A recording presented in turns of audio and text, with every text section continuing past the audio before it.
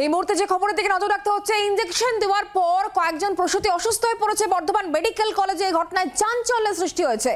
Injection দেওয়ার পর 10 থেকে 12 জন প্রসূতি অসুস্থ, এমনটাই দাবি করা হচ্ছে পরিবারের তরফ থেকে। প্রসূতিদের জ্বর আসে এমনই দাবি পরিজনদের।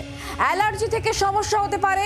7 জন অসুস্থ হয়ে পড়েন, এখন তারা সুস্থ রয়েছেন, এমনটাই দাবি করা হচ্ছে বর্ধমান মেডিকেল কলেজের প্রিন্সিপালের তরফ থেকে।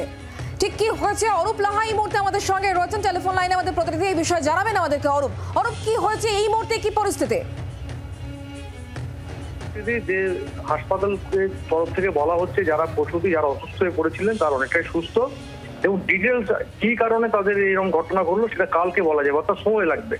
ঘটনা যেটা হলো যে আজকে সন্ধ্যাবেলার সময় বর্ধমান মেডিকেল কলেজ হাসপাতালের যে প্রসূতি বিভাগ, সেখানে পরপর বেশ কয়েকটি ইঞ্জেকশন দেওয়া হয়, প্রায় 3 থেকে 4টে ইঞ্জেকশন দেওয়া হয়। প্রসূতি পরিবারে যেটা অভিযোগ, যে ইঞ্জেকশন দেওয়ার পরেই তাদের যে যারা প্রসূতি, তাদের পরিবারের যে প্রসূতি, তারা অসুস্থ বোধ করেন। অনেকে প্রচন্ড জ্বর আসে, কাঁপুনি শুরু হয়, এবং ইভেনকি অনেকে খিচুড়ি শুরু হয়। এবং অনেকেই যারা বাড়ি চলে গিয়েছিলেন, যারা বাইরে থাকেন, তাদেরকে টেলিফোন করে বলা হয় যে আপনাদের প্রসূতির অবস্থা খারাপ, সিরিয়াস অবস্থা। তারা তখন যেমন করে চেষ্টা করেছে বর্ধমান মেডিকেল কলেজ হাসপাতাল ঢোকার। তাদের আরো যেটা অভিযোগ যে তাদের পেশেন্ট ভালো ছিল, ইঞ্জেকশন দেওয়ার পরেই পেশেন্ট অসুস্থ হয়ে পড়ে।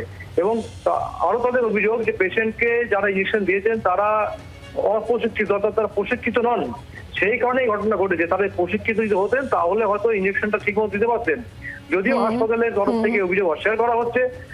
হাসপাতাল বর্ধমান মেডিকেল কলেজের অধ্যক্ষা মৌসুমী বন্দ্যোপাধ্যায়ের দাবি যে অ্যালার্জেটিক কারণেই হয়েছে, এবং 7 জনের মতো অসুস্থ হয়ে পড়েছে, তারা এখন সুস্থ আছে। অরূপ, ধন্যবাদ।